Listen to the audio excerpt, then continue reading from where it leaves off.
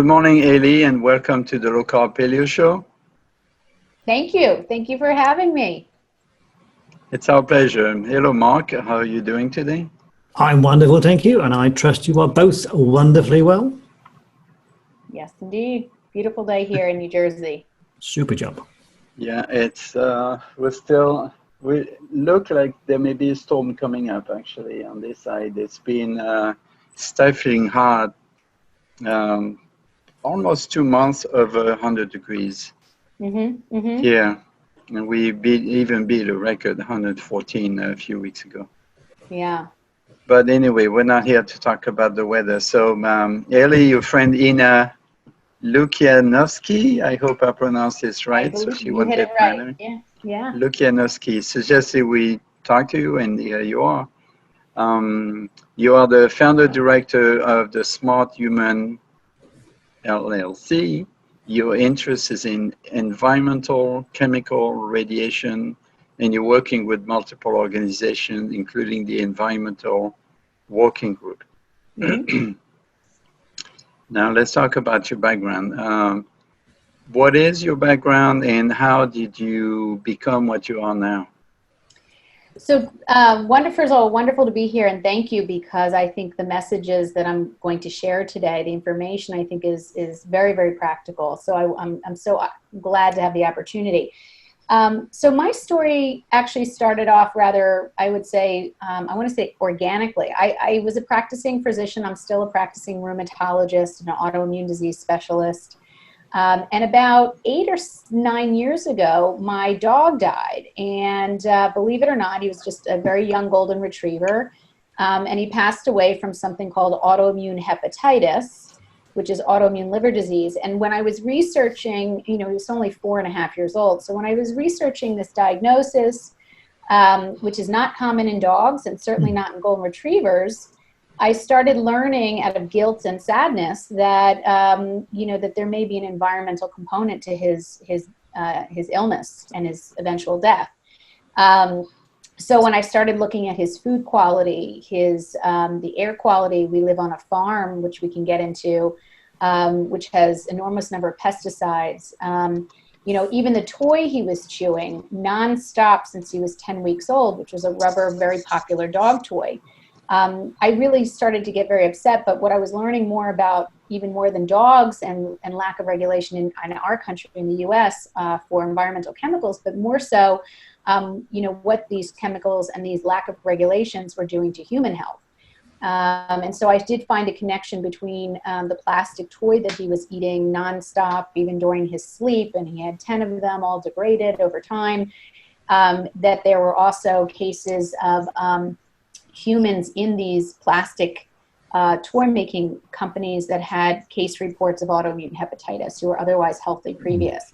So there's no way to actually do a cause and effect. That's pretty hard to do in any kind of environmental studies unless it's well controlled. But in this case, it really started my whole journey into why we don't have the regulations we need, but also what individual citizens can do on their own to reduce those exposures, because we can't always wait for governmental regulations to take place, as we can see from, our past history on this issue. Right. So regarding chemical poisoning, I wanted to address a issue that's recently happened.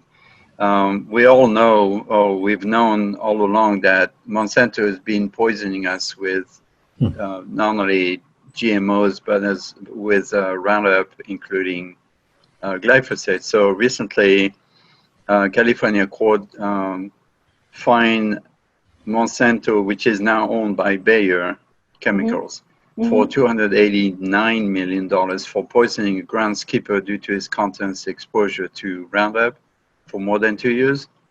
And for people that don't know, Roundup, made by Monsanto, now owned by Bayer Chemicals, contains glyphosate, a world-leading herbicide. It was classified as a probable human carcinogen by the International Agency for Research on Cancer, in 2015, which is part of the World Health Organization. What is your impression on that verdict, and is this the beginning of an avalanche of lawsuits? Yeah, I think it was a huge win for citizens and humanity and wildlife everywhere. It was probably the biggest payout. There may have been settlements, perhaps in the past. I can't speak to that. But this was a very publicized case. I think it touched people worldwide. And I think it's a really, I do hope it's the beginning of an avalanche of understanding, and also reduction in the sheer level and the amount of tonnage of pesticides that are used internationally. Even DDT, I mean, as an example, DDT was removed in the 70s in this country and not allowed to be used anymore. However, it's used in third world countries even now. Yeah. Right. So we really need to think about the sheer amount of pesticides that are used, because they do have real physiologic and biologic, issues downstream, either acute poisoning when it occurs right away from high exposure, which includes, respiratory illness and acute active airway, skin issues in terms of when it touches dermally, for those who apply it to landscaping areas, like this gentleman who was a landscaper for the school. But we also have long-term cumulative dose effects for many chemicals. And, the interesting thing about humanity, because I often, the reason the smarthuman.com, the Smart Human on Facebook, Twitter, and Instagram is called the Smart Human, is because I've had a long history of anthropologic training, anthropology as a minor, and I continue to look at the world through anthropologic eyes. We have continued to put these chemicals on our foodstuffs, and it gets into our water. And we are only humans that have been experienced over 200 chemicals just in the, 87,000 chemicals in the last 200 years. So in terms of evolution, we have been really hit pretty hard just in the last couple hundred years with just too much for the human body, in my opinion, to manage properly. So yeah, I do hope that this is the beginning of reevaluating the chemicals that we do use. It's not to say that chemicals shouldn't be used, but they should be tested in full before going to market. That is the real important issue with almost everything, every chemical, personal care products, air quality, air fresheners. All of these chemicals are otherwise proprietary in this country. And I think better in the EU, actually, where they have a much better oversight committees and testing that's required. We don't have that in this country. And so I'm hoping this is the beginning of moving manufacturers to do the right thing. Yeah, that's actually two follow-up benefits on that. Not only there are more lawsuits happening, which I read about yesterday. It's starting to coming from all sides. Sure. We interviewed the moms against Monsanto, and she posted something yesterday about that. The other, the good side of that is that some cities has decided to stop using Roundup, spraying Roundup on their grounds, whether it's parks or schools, or so there's a benefit to that particular lawsuit. Regarding your comment about DDT, there was a study recently in Finland that showed that millions of pregnancies show that DDT insecticide is linked to autism in children. So yeah, it's just came out, last week, Finland. From Finland. There was also another study in Canada that said that there was about 80% of pregnant women with glyphosate in their placenta, in their, before the baby was born. So this toxic chemical is everywhere, and it's affecting all of us. And we need to find a way, we as in the people, because obviously the governments don't give a rat's behind about it. We need to do something about it. We need to protest. We need to sue. We need to do whatever it takes to stop these companies from poisoning us all over the world. And it's not just here; it's all over the world. Mm-hmm. Yeah, and I think recently we also EPA ordered a ban for the pesticide chlorpyrifos. So we're starting to see sort of a ripple effect, of where this could lead in a good way. And, I will make a comment as just sort of the in utero exposure, because I really want people to think about, the developing human being in utero. Almost all of these, there are thousands of chemicals that cross the placenta from the mom. From exposure that she may have from drinking water, from food additives, from food, preservatives, from personal care products that get absorbed through the skin intravaginally with tampons and the chemicals that are in tampons and feminine care products. I think we want to think about medications. One of the chapters in the textbook that came out last year that myself and Dr. Fred von Saal put together along with 26 of the world's leading environmentalists, toxicologists, and biologists, really shows that vulnerability. The vulnerability in utero and as a toddler and all of these periods where development is so critical, including the teenage years, and believe it or not, including menopause. When we're talking about these dramatic hormonal changes that are so critical to normal healthy development and even later risk for diseases, believe it or not. And so it's very important to think not just about this set of chemicals, pesticides, which act as endocrine disruptors to the endocrine system, which are hormones, but we have to think about all the other chemicals that come into play during development of a fetus, perhaps of the mom, even perhaps of the father. So, it's really sort of an overall painting of concern of where these chemicals come from and how to reduce them in every aspect of our life, whether it's your home life and air quality at home, whether it's what you choose at the store for personal care products, and what you eat. And very important to me is also what you drink in terms of just clean drinking water. So I agree that the pesticide issue is huge and plenty of science showing the detrimental effects in utero and beyond. But we need to think about all of them as much as we can. Right. Maybe we should do a quick reminder to our listeners that an enormous amount of products that we use, live, or eat are either genetically engineered or they are created to resist Roundup. So Roundup Ready, corn, cotton, and so on and so forth, and soy.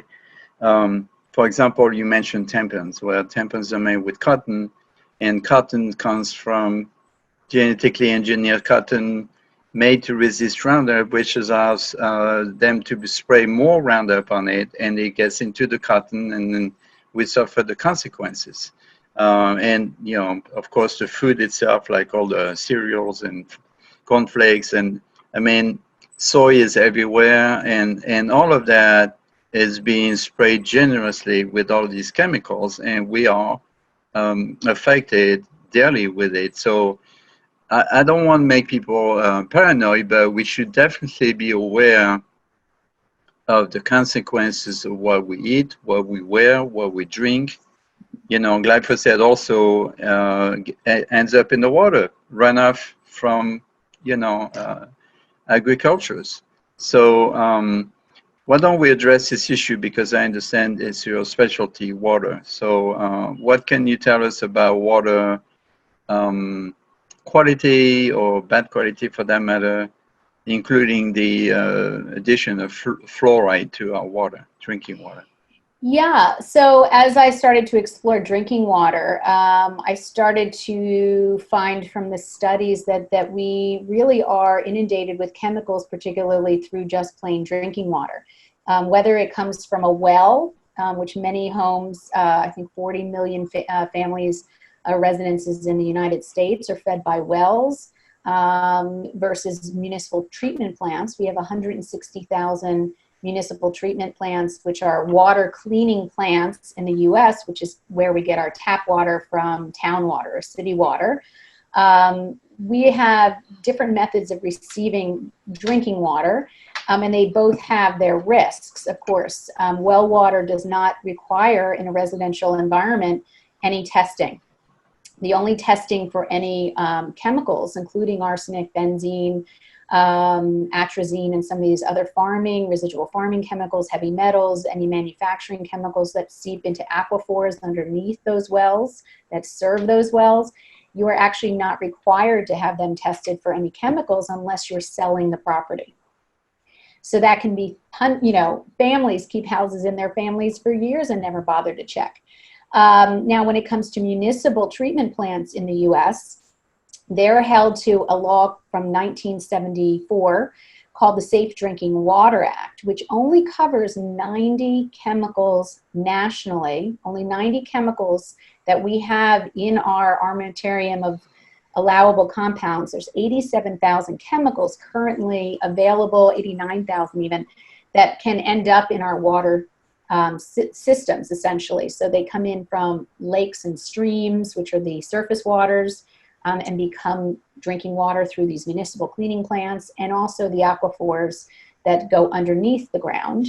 And also air pollutants that land, those chemicals can land on these surface bodies, as well as any contribution from manufacturing, runoff, illegal dumping, and legal dumping, which there is an allowable level of legal dumping in certain municipalities. So there's also toilet water that will have medications from oral contraceptive pills from urine, from people who use them, blood pressure medications, antidepressants. All of those chemicals will make their way into a municipal treatment plant, but those plants are incapable of washing off those chemicals, most of them. Only 90 are regulated and mitigated if there is an elevated level. So when you think about what could be in your water, and how it's not filtered off at these municipal plants, plus the municipal plants can be 50, 60 miles from your home. So those pipes could break anywhere along the way or have leaks up until it ends up in your home or your workplace or your nursery school. That's where that water is draining into after all that travel. So, what I came to believe is that it's too complicated for an average citizen, including myself, to go through each potential contaminant. We see in the news we have lead in Michigan. Well, we also have lead contamination in parts of New Jersey and other states across the country from broken infrastructure, old pipes that have never been changed out. But we also have chromium-6. We also have radon and some of the nucleotides that travel in water. We have, of course, bacteria and viruses from Hurricane Katrina and in Houston. So, there's all these other aspects of contamination, and we're not capable individually of necessarily knowing the science and having to collect all that in data. So my number one recommendation, in fact, above all others, because it's risen to the top for me, is always filter drinking water, no matter whether it comes from wells or it comes from municipal tap. I don't recommend bottled water unless it's required locally for any major contamination. Of course, that would be necessary. But I do, because of the plastics and the low-level hormone activity of plastics that will leach into water. So I do recommend using tap or well water, but filtering at the point of use, which is at your tap. And there's a number of filters that have pros and cons, but that is where you want to filter, and you want to fill up your water at that point, because that's where it's the most clean at any given time during its travel. Yeah. Right, and carry them in either stainless steel or glass bowls. Absolutely, because you're creating a system. I look at it as a system for your whole life. What do we need more than anything in our lives? Human beings need water. We're made up on average, 75% of our bodies are made up of water. There perhaps is no more important substance other than air and oxygen that a human body needs, including animals. If you're a pet lover, these animals do often need clean water as well. I mean, you wouldn't want to restrict them as a pet lover myself. So, I think we need to really think about even the water when, you go to a restaurant or you go on vacation or you're anywhere and you ask for a glass of water. we really don't put much thought into what's in it when we say thank you and start drinking. It's not to say you have to be paranoid to the point where you just stop drinking anywhere but home. But the idea is to maybe do 80%, 20%, 90, 10 in terms of how much of your water is controlled through what you know it to be clean versus where we get it outside of our treated water or filtered water. Yeah. An interesting fact, I was at a presentation about a month ago, and there was a chap there, also an expert, but on the legal side of water supply. Mm-hmm. He was saying in big cities, particularly London, as he has an expertise on that, that the water we drink has been through the human body at least 11 times before we drink it. Oof. And it's taken all of those things out of 11 other people's bodies before it goes into yours. Doesn't sound very tasty, does it? No. I'm almost better with the chlorine than to think about that. That's pretty horrible. But none of those choices are good ones, or none of those facts are good ones. And I think, it's very expensive to test your home drinking water. I mean, there's these simple tests you can get at sort of a big box store that test maybe the top 3 or 4, volatile are the ones that aerate off, and also the organic and inorganic contaminants that come in the water. Dissolved. But, those tests are very limited. They're not great tests. And if you pay for it, and I've tried to do this, I actually wanted to test the grime from my water filter just to get an idea of what actually is getting stuck on the filter so I'm not drinking it. And the most reasonable, respected lab locally said to me that for every contaminant I wanted to check was on average $50. So if we're talking, 100, I mean, that's just enormously expensive.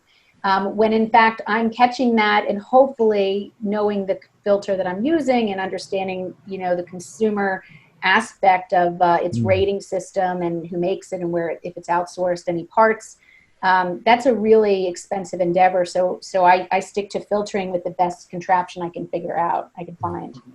To that end, do you have any that you recommend? I mean, we're quite happy for you to Yeah. So I tend to not, throw out too much of my own consumer opinions because, there is a difference between myself who can go out and buy a filter that's quite expensive and those that just don't have the means.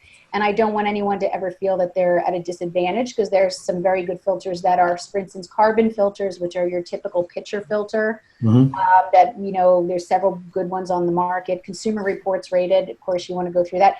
So those pitcher filters are actually very, very helpful. They get off a lot of volatile organic compounds, or VOCs, certainly detergents and chemicals that are used in the municipal treatment plants to clean water actually allowable in your drinking water up to a certain level. So you definitely are going to get chlorinated water because it's cleaning many of the bacteria and viruses. And so the carbon pitchers, either on a refrigerator often or in a pitcher or even on the faucet, their activated charcoal is actually reasonable for a good portion of that. They don't, however, take a large portion of lead. And there are several other chemicals like PFOS and PFOA, or the perfluorinated chemicals, don't get removed, and those are quite pervasive. Definitely in New York State, Hoosick Falls has a huge issue with the PFOAs and PFOSs, which are the perfluoroalkyls, which are fluorinated chemicals that contaminate and continue to contaminate that water. So again, they're limited, but they're useful. And so I definitely want people, especially people in colleges, people in schools, and people, at workplace where they can't install a big filter into that place, or they're not allowed to into their apartments or homes. You want to be able to have that available for you to at least remove some of those contaminants. I often will say, if you have a pitcher that's carbon charcoal or activated carbon. Yeah, activated carbon, thank you. You can also fill up from your refrigerator filter water and keep it in your fridge. So now you've double filtered. So that's a pretty common thing to do if you have a refrigerator filter. And of course, you have to stay on top of these filters because often we get busy and we forget to change them. And that does not serve us well. So, so the those filters, carbon filters, are actually useful. There are also types of filters that are called distillers.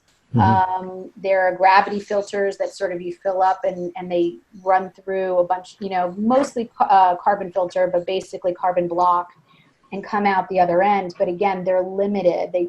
take out a lot of good stuff, but they won't take out necessarily bacteria and viruses. That can be removed through UV filters and through heating at high temperature. The most aggressive form of, of cleaning drinking water is called a reverse osmotic water filter, because it requires several filters and a waiting tank, so that the surface area of those 3 filters really, really cleans the water as best it can. Often, depending on the manufacturer, and you'd have to work with them, cleaning off volatile organic compounds as well as inorganic and organic viruses, bacteria, radionuclides. And it depends on the pore size of those filters to a micron size that's so small that it's catching those small contaminants. And then it goes and sits in a waiting tank because the flow is so slow that you couldn't have this in a shower or at a sink. No. The downside for the RO filters that my very crunchy, earthy sustainability colleagues mentioned, which is a real issue, is the waste of water. Yeah. And that for every, say, 1 gallon of water that you create and put it into that tank, you're losing 3, 4, maybe even 5 gallons of water as waste.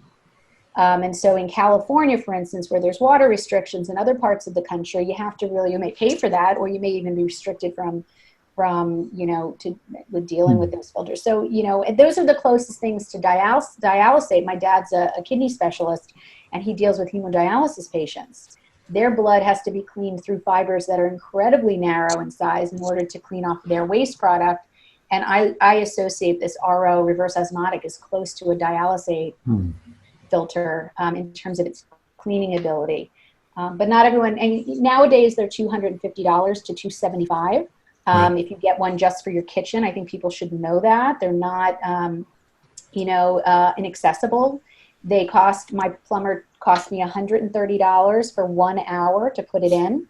And he knew what he was doing, so he could do it right in an hour. It's very uncomplicated.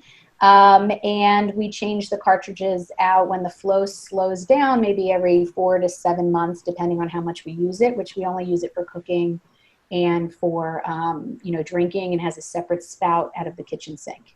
I have one in my workplace too. So I want to say that, again, any filtration is great, no matter what you can afford. It's just necessary to be able to do that without using plastic bottles, if that's avoidable for most. Speaking of cleaning water, we all know and we've tasted chloride in our water, which I cannot stand. I think I have an allergy to chloride because if I smell bleach, I can smell bleach from 10 feet away and I start coughing. I'm that sensitive to it. So I can smell chlorine in water.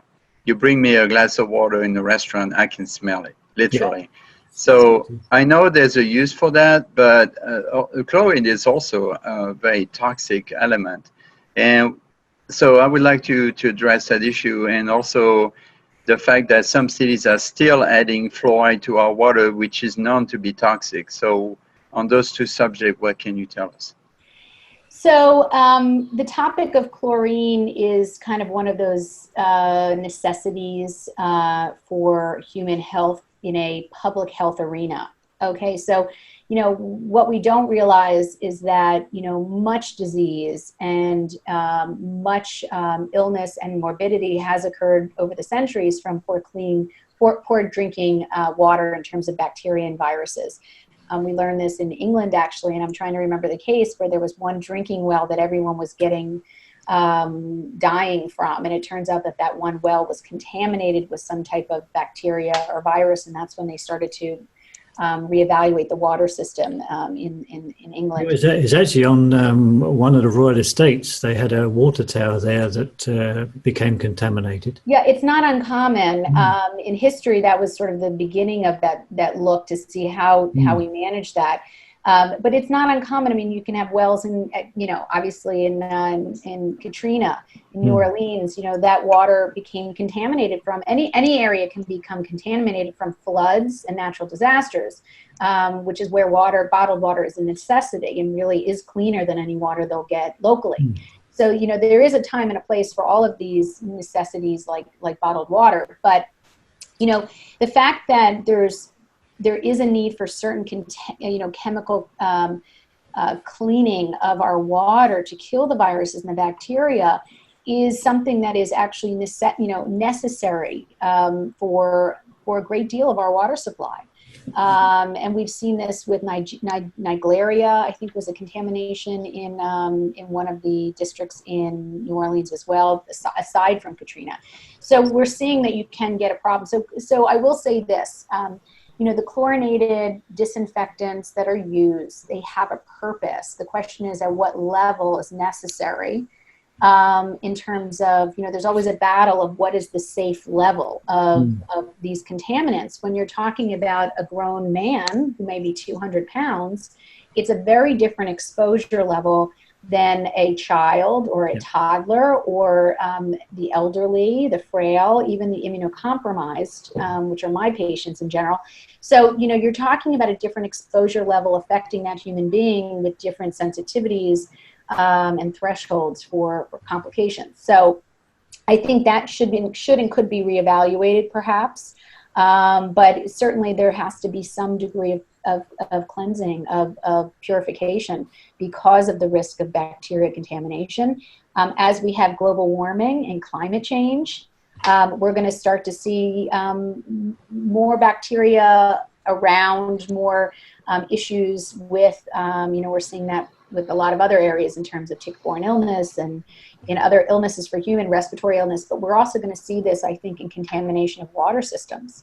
So it makes sense to really think about the chlorination as actually a necessary evil, and then how do you clean it when it gets to your glass? And that's where I think it's really important for the individual to say, you know what, I'm glad it was cleaned.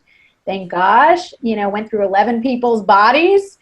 Thank God there's a little chlorination there or other detergents. But now that I have it sitting in front of me, it'd be nice for it to be cleaned in front of me with less of those chemicals, if not any of those chemicals. Now, fluoride, very contentious issue for a lot of people. I'm not sure why, but it's really unnecessary for the human body. There's nothing about fluoride that's really required by the human body. From an anthropology perspective, we don't need it. And in fact, even, you know, amongst my colleagues, it's considered a poison. So we have to really think about fluorination because, you know, you can get fluorinosis, which is a rheumatologic issue where you have too much fluoride that can come even from drinking heavy amounts of tea. You know, a lot of people do healthy activities like drinking 5-6 cups of tea a day. They also may be getting a high load of fluoride.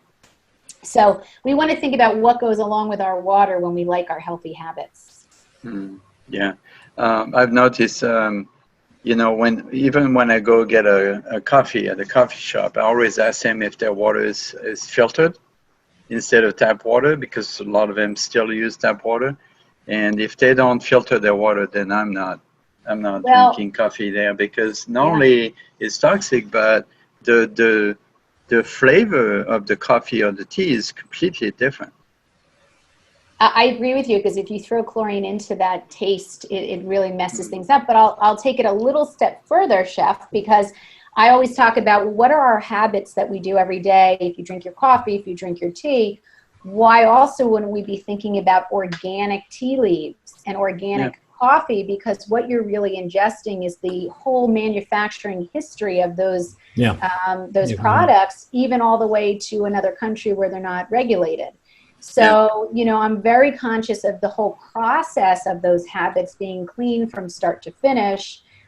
Even if it's the glass teapot that I've now been using since I avoided the stainless steel that I wasn't sure made in China was necessarily good stainless steel. So, you know, you don't want to get too nuts. And I try to guide people through the Smart Human and the smarthuman.com with these tiny little additions to their routine.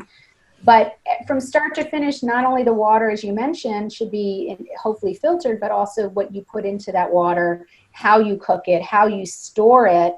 These are all aspects of food and contamination that doesn't even have to be starting from the food. It could be from the cooking in the containers that you store it in. So so really, there's a whole life cycle of our habits. Right.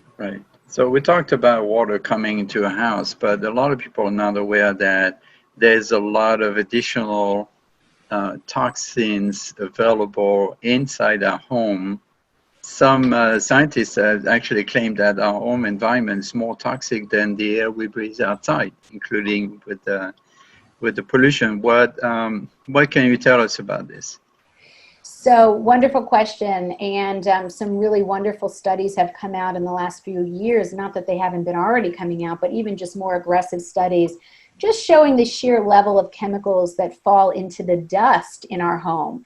You know, a really good way of testing a home for safety from chemicals is really to look at the dust, because the dust will show us what is falling off couches with flame retardants. It will show us phthalates that come from air fresheners, you know, cleaners that aerate off of surfaces and then land back on the ground, plastic chemicals. You know, there's a whole host pesticides that people bring into the home from their shoes, perhaps the animal's paws, even bug sprays that are pesticides that we choose to bring into our house. Mm-hmm. So what I like people to think about is not only to get rid of the dust as much as you can through HEPA filter vacuums, through HVAC systems with filtration that's highly rated, you know, making sure you understand the ducting system of your home, but also think about just not bringing the junk into your house. Yeah. The number one way to do, you know, to stay clean from as many chemicals as possible is really just don't bring it in, don't buy it, don't purchase it. Where you'll be moving the markets hopefully in a better direction, but you'll also be avoiding, you know, bringing these chemicals from breaking down and leaching out of their plastics and out of their containers. Even computer systems have fire retardants in the cords. Those are somewhat necessary in terms of fire restriction, but choosing a couch without flame retardants is very important now because the laws just changed in the U.S. in 2013. So I teach people how to look at those labels and know which couch is actually not filled with flame retardant chemicals. And really thinking about any air fresheners, carpet cleaners, cleaning products that will eventually become those dust particles in your home. The downside to this dust is really, you know, you figure if it's on the floor, how can it bother me? Well, it turns out that we are actually, for instance, children, toddlers are on the ground, pets are on the ground, cats, you know, I'm a cat lover myself. My cat is constantly licking their paws. And so they're ingesting enormous amounts of these chemicals per body mass index, so to speak. Children, they're not even developed well enough in many ways through liver enzymes to break these chemicals down. And so we're talking again back to this vulnerable set of, you know, this vulnerable population, pregnant women, you know, toddlers, infants, young adults. These are important times to really keep those exposures as low as possible. I'll tell you, you know, what's from a pet standpoint, cats, where, you know, it's been an ongoing problem of hyperthyroidism in cats in the U.S. It was a New York Times article. It's been certainly, you know, the topic of many research articles because they're sort of the canary in the coal mines. They're constantly licking their paws. Their level of flame retardant chemicals is enormous. I mean, it's 10 to 100 times more than the adults that live in that same environment. Wow. So you're starting to see that they have this, you know, it's sort of an epidemic of hyperthyroid where they're losing weight and fat content.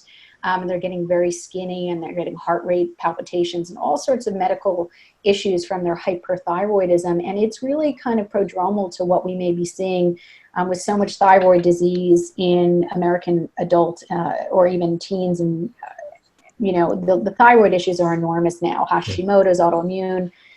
So it's something really to think about, you know, when it comes to our home environment. Right. And sometimes it's a good idea to go back to the old days. I know I don't want to sound like a Luddite, but I use a certified organic orange base cleaner that I dilute to certain levels depending how strong I want it. I can spray on my counters. It will kill bacteria. It will smell good. I even use it as a, you know, to clean up the air when the cat smell gets a little strong, you know. And I even add a catful in my laundry to because it's a very good degreaser as well. So you use one of these, you add, you know, let's say you use baking soda, you can use as a cleaning agent, you can use vinegar, vinegar to clean glass instead of using those chemical spray. That's an old-fashioned. That's my grandmother used that, water and vinegar to clean the glasses, the windows. So some of that, and there's plenty of information out there. Yeah. You could reduce your in-house toxic level tremendously by paying attention to what you use in the home, in your laundry, in your dish. For my dish soap, I use a combination of organic liquid soap with that orange-based organic cleaner, and that's a perfect dish soap, and it's all organic, Yeah. And I use very little squirt here and there, and that's all I need. So people should pay attention to not just the pollution outside, but also the pollution inside. I think that's very important to point out. I've been wondering for years, why do we have pets with human sickness like cancers and, all sorts of issues like this? What you just explained was very enlightening in the sense that, well, now I get it. Yeah, of course. They are smaller. They clean themselves constantly. They are exposed to all these chemicals that we bring or use in the house. So we should pay attention to that and the health of our children and our pets and ourselves as well. Yeah, and I think your point about the going old-fashioned, I think that old-fashioned is the new fashion because, I teach a lot of high school students. That's my passion, is to kind of get this health and prevention information to the next generation. And, we want people to kind of move forward thinking that they don't have to keep up with the Joneses, the expression of, maintaining the perfect lawn and having the cleanest sparkling home. And, you can do a lot of these things without really the chemicals that we've been marketed to believe we have to use those chemicals to be the freshest, cleanest, antibacterial. We know that living with bacteria is actually incredibly important to strengthening the human immune system. We take probiotics to replenish our gut that may have been weakened or lessened from antibiotic therapy. And yet we don't think that the environment in our home should really have, basically benign bacteria. I mean, we're not talking salmonella or E. coli. We're talking about commensal, probiotics or bacteria, many of which have evolved with us for millions of years. And so I think there's value for those like myself with 2 children and very busy lives that can't clean as much as I would love to, even dusting with just, wet water wipes without any chemicals. But I think also there are a whole bunch of cleaning products now that are highly rated and very low chemical exposure. And, if you're busy and you can't make your products, which is wonderful, if you can do that, that's great. Using baking soda, as you mentioned, vinegar, essential oils that are organic, not synthetic, Castile soap, sea salt for scrubbing. These are all very reasonable ways to do it at home, but you can also now research ewg.org. Has a cleaning product section that is rating all of those chemical products as to whether they're, high risk or low risk. So we now have a lot of options for anyone who can decide to do this. And so that's great. And I personally love having a dirty home because I'm busy and I have 2 boys. But I wouldn't say dirty. I don't stress about it because I also know that there's an immune system benefit to not being ultra antibacterial with these products. They, what they also do, like triclosan, which was recently taken off the market in the US just for liquid soap. So it was a win, but it wasn't a broad win because it's still triclosan, which is an endocrine disrupting chemical. It affects the endocrine system of humans and wildlife. Is found in 75% of human beings tested, can be absorbed within minutes of taking a hot shower with a soap that's antibacterial. We really need to think about that because we're also creating bacterial resistance, which means that when you actually need an antibiotic to work, it won't work because you've been messing with those bacteria through your antibacterial products, which is making them mutate.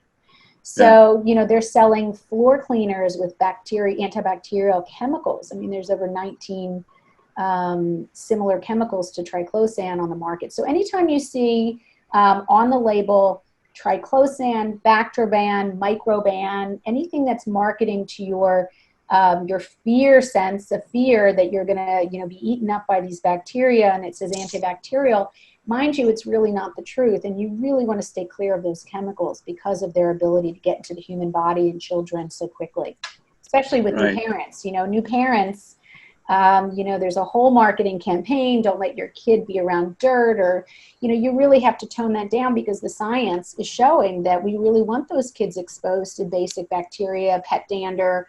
You know, kids living on farms have lower rates of asthma and allergy as they grow up from that exposure. Kids that are raised with pets actually have stronger immune systems. So we want to rethink the marketing and pull back on those endocrine disrupting chemicals.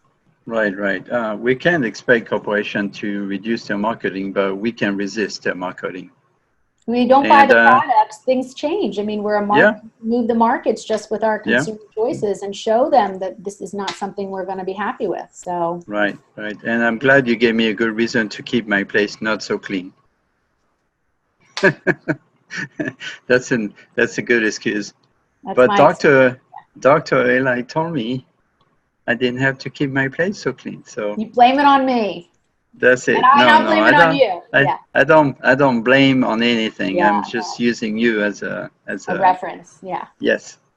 So moving along, let's talk about radiation poisoning. We are surrounded by radiation. Everything we use around the home is emanating radiation, whether it's our TV, our computers, and even more so our cell phones. And there's a big concern out there now with the upcoming G5 cell phone protocol. Can you address that kind of pollution? Yeah, I think this is sort of another area where we're moving so fast that we're not testing enough to know the results of our actions as a culture. You know, we all love our conveniences. I included. I love my cell phone. I love my computer. You know, I'm in order to do the work I'm doing, even what we're doing today requires the use of, you know, cellular technology and cellular radiation. So it's a bit hypocrisy, but what we're trying to really figure out is where is this technology necessary and appropriate? And then really, how can we turn it off if we need to, in my opinion? Where is our control over the issue? It's almost like air quality. You know, anytime you walk into or in front of a store that's spraying perfume out of the front of its store to gather people to come in, you know, it's almost infringing on your rights to clean air. In California, under the American Disabilities Act, you know, having perfume or cologne in the workplace that bothers another colleague is an actual an issue under the American Disabilities Act and can be refuted and fought. So they don't sell, you know, perfume in magazine inserts anymore. They don't do that because people have such sensitivities air quality wise. So the question is, if I were to, you know, use that as an example for radiation, it's very hard now to find any area that does not have Wi-Fi use. And you know, they have amplifiers to get that Wi-Fi radiation to even the most remote corners of a hotel or of a property. People complain nonstop if their Wi-Fi isn't high speed and working quickly. So we now live at a new threshold for what we're satisfied with in terms of that convenience. You know, so I understand that now. You know, given that G5 is basically there's G3, G4, G5. What we're seeing is that these additional radio wave frequencies are being used. Oh, look at that beautiful cat. Really so cute. I love my cat. But what we're seeing is the scooping up of different radio frequency waves to be used for communications, which sounds kind of neat because we know that they're sort of in between, you know, they're microwave waves, but they're sort of in the middle of the really non-toxic stuff and the really toxic radio waves. if you were to look at the sort of different technology. So for most part, most people don't think that they're harmful, but in fact, we're now seeing clinically young people, and older people exposed to feel a little bit more confusion, some cognitive issues. There's increases in ADHD behavior issues. There are definitely clinical symptoms, headaches, poor sleep that are associated with the exposure. Aside from just using technology, which causes problems with your eyes and concentration and insomnia, but we're talking about literally passive exposure. There's a big movement, I know, in France to get rid of Wi-Fi technology in preschools. And I'm not sure if that has gone through, but there's a real pullback now in terms of who and which age groups are exposed to iPads in the school, that Wi-Fi technology, because they believe it's going to be detrimental to development and to learning. So just to give a couple ideas of what I try to teach my 9 and 11-year-old who are constantly on these games and computers, is that you want to download anything you can download and turn off the cellular mode of the phone or the iPad by putting it on airplane mode. So you can get the games that they love, you can absorb those onto the technology, but then you want to turn off that connection, because basically what you have is an antenna. Cell phones are essentially an antenna, a two-way antenna from a Wi-Fi tower. And so the second you turn it on airplane mode, you don't see that connection stops. And that's where the problems can be, is being within that environment. I think if we all saw visibly all of the layers of Wi-Fi around us, I think we would be more than shocked, and it would not be moving in terms of, as fast as the legislation is moving towards allowing these G5 frequency waves. But the idea is that there are ways to handle technology safely. You don't want to put these phones, as many young girls and young people do, in their bras to carry them, or in their front pockets next to their, genitalia, because we're now seeing that those are sensitive organs. Breasts there's a concern as to whether or not there's increased rates of both benign and breast cancers from people who carry their phones connected to their breast tissue. There's concern and quite a bit of data, enormous amount of data on sperm quality and quantity and motility when people carry their phones at young ages, in and around, or even older ages for that matter, but right close to their testicles. There's issues with using laptops on your lap without any protection barrier. Laptops technically should really be in a table, at least giving yourself some distance. So there's some easy ways to make that fix. You can also now turn on and off Wi-Fi in a home very quickly and easily. It should be that way in schools. So you can actually stop the areas of Wi-Fi going into various classrooms who don't need it. And I think it should be putting the lights on and off. Unfortunately, the lights are much more obvious, so we remember, we see it. There's a visual cue, but we don't see that with Wi-Fi. I recently heard about certain hotel chains that may be coming up, or have already in some of the bigger hotel chains, having special hotel rooms that are Wi-Fi free, so that you can actually, for people who are sensitive, which is real, can really stay in hotels that big, it's a sellable option. And I think that's wonderful, because now we're sort of going backwards and saying, you know what, maybe we should rethink this a little. Mm-hmm. Mm-hmm. Obviously, a lot of people miss the fact that a lot of the products that we consume now, both from liquid and stuff we eat, contains a lot of heavy metals and aluminium in quite high quantities. Those molecules of those particular metals act like little antennas within our cells. So every time that you are walking through some sort of electromagnetic field, they are in many ways picking up that field and amplifying it, or at the very least re-radiating it to the cells around them. So the two things together, that the higher concentrations of metals and the higher prevalence of Wi-Fi, isn't doing us any good in this modern age. Yeah, so I would imagine theoretically that is certainly, we're definitely now filled with more heavy metals, either through amalgams. We know that it's a precursor for heart disease, perhaps even a risk factor for heart disease. in the TACT trial that looked at chelation and showed a decrease in heart attacks in diabetic males who had heart attacks, that when they were chelated, had a chelation therapy, they actually had reduced rates of heart attack later on. So there is something to be said for exposure, not only from air quality where we get mercury, lead, dioxins, but other ways of getting metals through food, drink, and that kind of thing. How it relates specifically to the cellular technology, I can't speak to because I don't know the data on that. But I think theoretically, you could definitely postulate there's a connection. But like I said, I don't know the data on that. The resource that I like to recommend for cellular technology is Environmental Health Trust, EHT.org, I believe, or EHT.com. I think it's .org. Environmental Health Trust is really a very large body of information on all the studies that are being done on cellular technology, 3G, 4G, 5G, some of the exposure studies on when a child holds a phone to their ear, how much deeper the radiation gets in through a smaller skull with less myelin and more water content than an adult head and skull, where that same holding of the phone goes in less deep.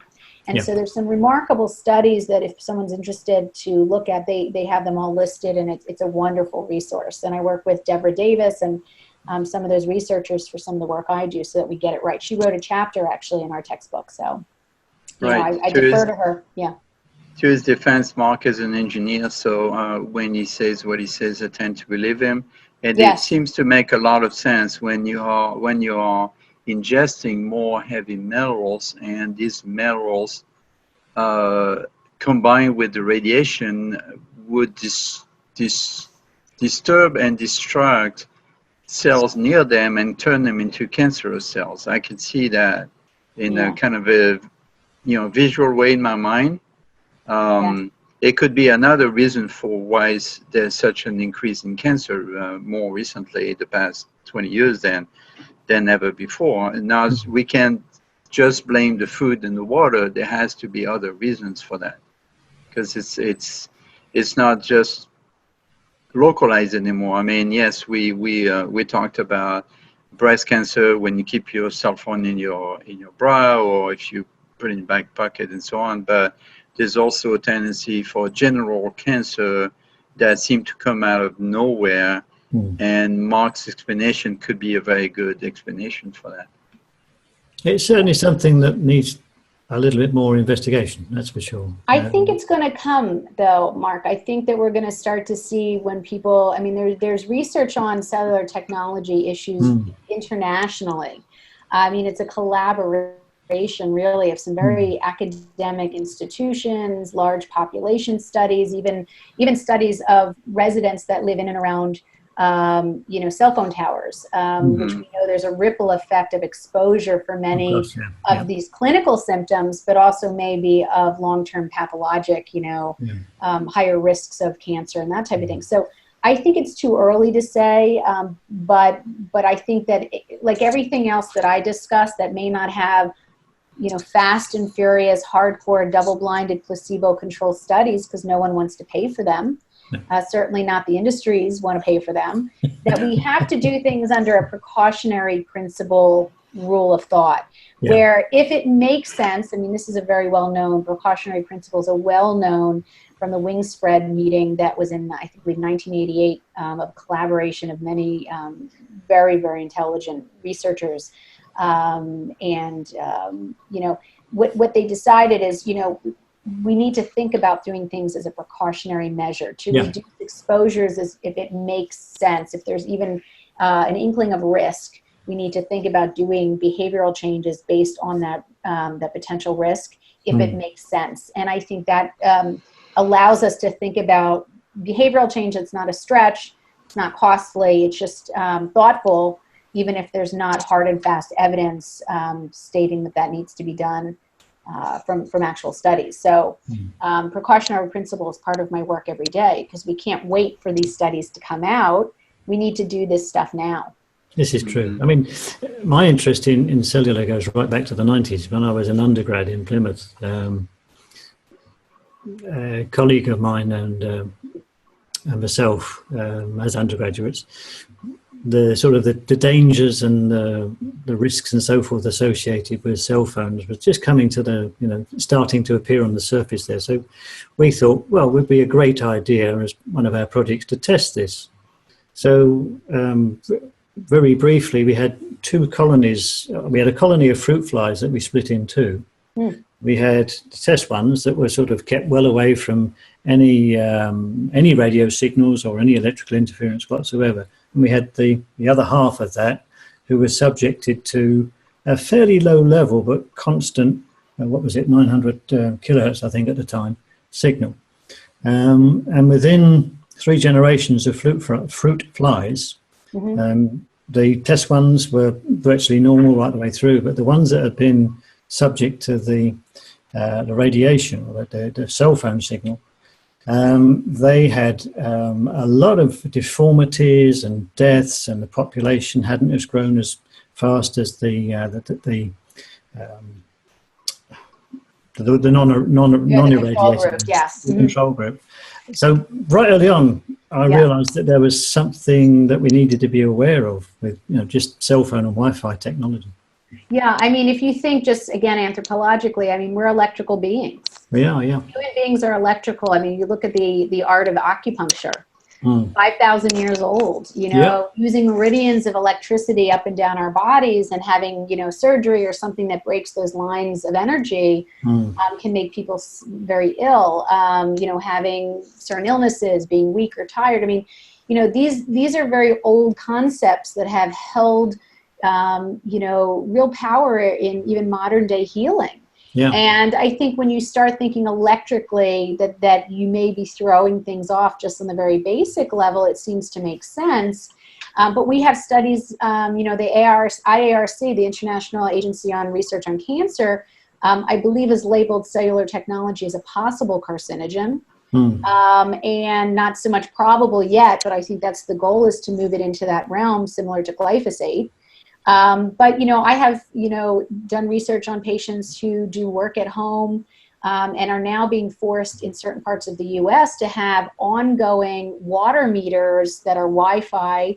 And so it's, instead of the old-fashioned guy or gal who comes by and reads the water meter and has, sort of an analog scale, basically they're going to put these, because they can better detect water usage when it's Wi-Fi generated and it's ongoing. Well, the problem with that is people who are home a lot, we now see increased rates of cataracts of the eyes, which have been remarkably sensitive. I mean, talk about canary in the coal mine. It might be the organ in the coal mine, because we know that the structures of the eye are incredibly sensitive to cellular radiation. I think also we're going to find that, having stared at screens for so much of our lives, and the newer generations doing it most of their lives, we're going to start to see, unfortunately, I think, things happening with the sensitive structures of the visual system, the human body. So I'm hoping that's not the case, but we have to learn to take that time away and really think about that as parents and individuals. I mean, on the subject of the smart meters, there is an interesting and very effective legal process that you can use that means that if they've installed them, they've got to take them out, and if they haven't installed them, they can't make you have them. But we'll talk about that a bit later on. Yeah, and it requires sometimes a doctor's note, which I've been faced with managing, because not all doctors believe in that particular information or feel compelled or feel that they're so it gets very sticky, because as a physician you want to advocate for the health of your patient, but you have to do it within in the guidelines of your field, and also within the guidelines and regulations of your state. So it gets very sticky. Okay, so finally, you do a lot of educating with the younger generation. Can you talk to us about the work you do with kids? Yes, thank you for asking. So, having done this work for about 7-8 years, I've had to figure out what my belief system is. Where is my passion? Because there's just so many topics involving environmental health, not just chemicals, but really cellular technology, stress, synthetic light that's affecting people. You know, so there's quite a bit of stuff. And what really has kind of risen to the top for me is really not just one particular issue, maybe even drinking water, which is something I'm passionate about, but who do we reach? Like, really, who is the population? I mean, I'd like to reach every population. That's the goal of the smarthuman.com and Facebook, Twitter, and Instagram feeds, which is the way we have to, unfortunately, get everything out there. We're dependent on social media. But really, how do we get into schools, and how do we teach these young folks who are maybe at an age where they're really socially aware, like teenagers, they're tech savvy and understand computers and apps and looking up websites for resources. They move the market because, for instance, teenagers use the most personal care products of any demographic, believe it or not, more so than adults and children. And men or women, so they use upwards of 17 personal care products per day. Women on average are 12 and men are on average 6. So they have an opportunity not only to figure out what's for their body that's safe, but also move the market towards products that may be safer. They're going to vote sooner than later, I'm hoping. But, you know, basically we want to make sure that they get their voice heard for whoever they believe in and whatever they feel is necessary for their health and safety of their body. And again, they're socially aware. So they want to do things for themselves to look good, and they also should want to feel good and make choices. So I have really kind of become very aware that that's a demographic. And I recently presented this data from several pilot projects that I did locally in Princeton, New Jersey at Princeton High School, which was a wonderful experience. They're a wonderful community to allow my lectures to be brought in and to check the data and collect it. So I went to Switzerland to the Gordon Research Conference and presented this data and the reasoning behind this demographic being so valuable to our community in the endocrine disruption chemical community, which is actually a large body of researchers internationally, to discuss these chemicals and how they get into the body and affect the hormone systems. My partner, Fred Vom Saal, who's remarkable for his work with bisphenol A and was co-editor of the textbook, was there as well. And I was presenting this information. And what I'm trying to do, in short, is basically make this type of health and prevention information available to high schools and high school students nationally. That it can be an online program. It can be in schools as a teachable program. And so I'm just looking to see who I should partner with, who has distribution into these school systems for any number of reasons that they're already created, whether it's clean eating in schools or, you know, clean gardening. These are wonderful opportunities to ride this information along the distribution pathways to get this to them, because they really are the next generation. They're going to have children one day, maybe.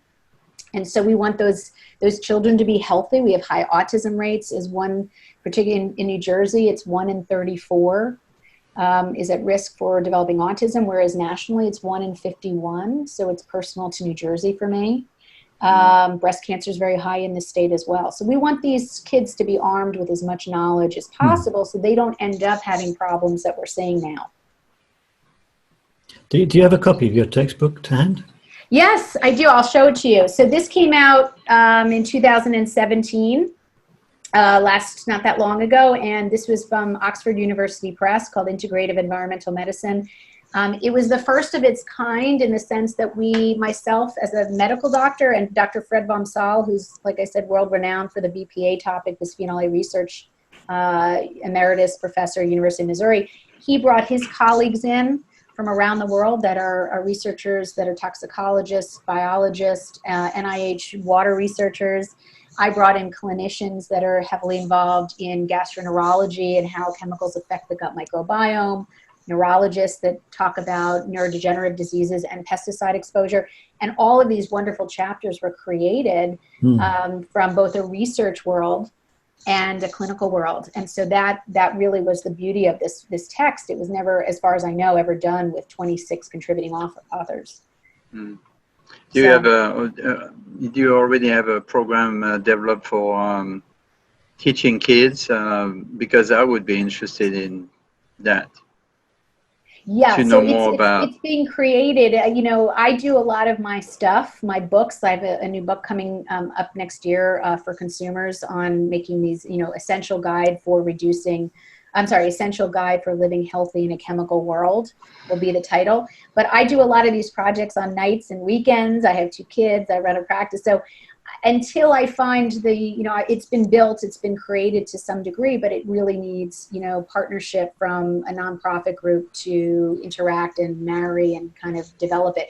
So I'm in talks right now with some of those groups to see who would best be able to synergize and get this out there to the people who need it. So the answer to your question is not complete, it's not finished, but it is certainly ready to go once it's established. Yeah. Would you be able to keep us updated so we can do another show on that?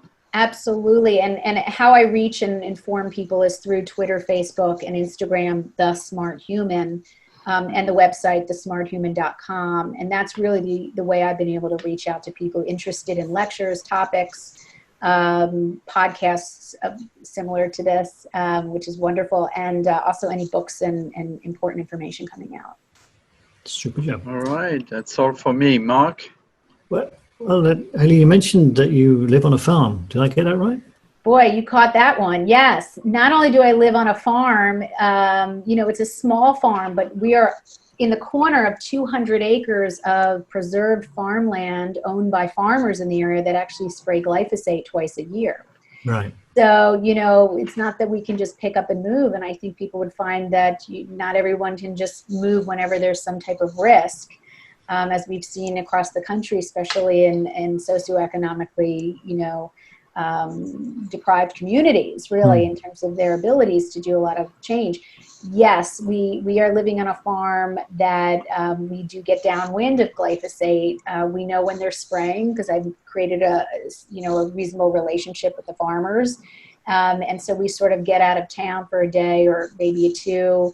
We don't let the pets outside. You know, we're conscious of not letting our children walk around barefoot on our back deck.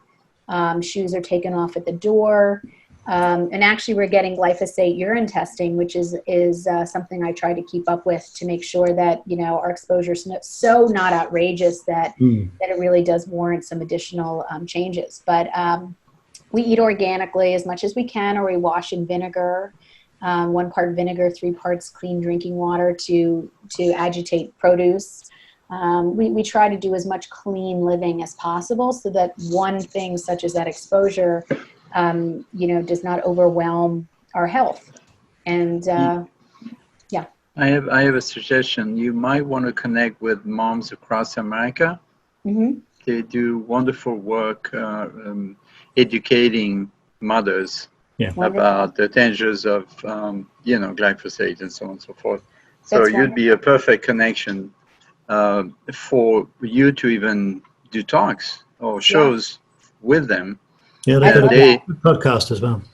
Yes, they do. They do. I have a lot of admiration for that group. So, and we had them on this show a couple of times. So, I would, if you're interested, I can send you their information. Me. Sure. Yes. I mean, in the meantime, I've been traveling anywhere, and anyhow, anyone wants me to speak to them. You know, I speak to large and small groups, corporations, all the way to schools and, you know, churches and synagogues and the like. So, you know, I'm just ready to get that messaging out there. So, yeah, I would love to connect with them because anyone doing good work, I want to be a part of or contribute to. Super job. Well, we've been chatting for well over an hour, getting on for an hour and a half, and I'm conscious of your time. Is there anything else that you'd like to mention before we close? I guess, you know, I think we covered quite a bit, which I'm very happy with. I think I need to go get a drink now that I'm, you know, but I want to just make mention that, you know, back to the whole concept of empowerment. I think we're all too much living in a world where we're sort of doled out, you know, the status quo. And perhaps now's the time we should be really picking up, you know, and really thinking about what we can do as an individual. This was a journey for me. I used to eat Oreos, Cheese Whiz. I used to, you know, really just not such healthy habits, you know, all the plug-in air fresheners. I was that person. And if I can do it, trust me, anybody can do it. So I want people to feel not resistance to change, but to take it on as a journey. Make 1 or 2 changes every week or month, and congratulate yourself for making those changes, like switching from plastics and microwaving in plastics to glass, carrying food in glass and stainless steel, getting rid of nonstick pans, cleaning up your water, cleaning up your air quality. I think it's a journey. And so when people feel that they are okay to like some bad habits, but maybe move on to them later, I think it's okay. We just need to, just keep moving forward and keep educating each other. Right. And talking about radiation, do not use microwave oven, please. Well, I would love to say that, but we have one. We just use it very carefully. And that's a whole nother argument. It's if you're going to use your habits, your stuff you like, which we love our stuff, we have to just do it really smartly and make sure we use them thoughtfully and get out of the way and don't let children near them and that kind of thing. And maybe eventually we'll get rid of ours. But the idea is until we make those kind of decisions, it's always smart to just do it thoughtfully. There's the radiation aspect, but as a chef, what I'm mostly concerned and a nutritionist is what it does to the food and how it destroys the food. Yeah. So from a nutrition, I'm an integrative health doctor. I work with Dr. Andrew Weil, who many people know, who's probably watching this. Nutrition's critical and it's deficient in so many of us. And that has a lot to do with, when we're nutrient sufficient, believe it or not, we actually handle these environmental chemicals better. We actually can, kids that have enough, are not anemic and have enough vitamin C in their blood actually handle lead exposures, for instance.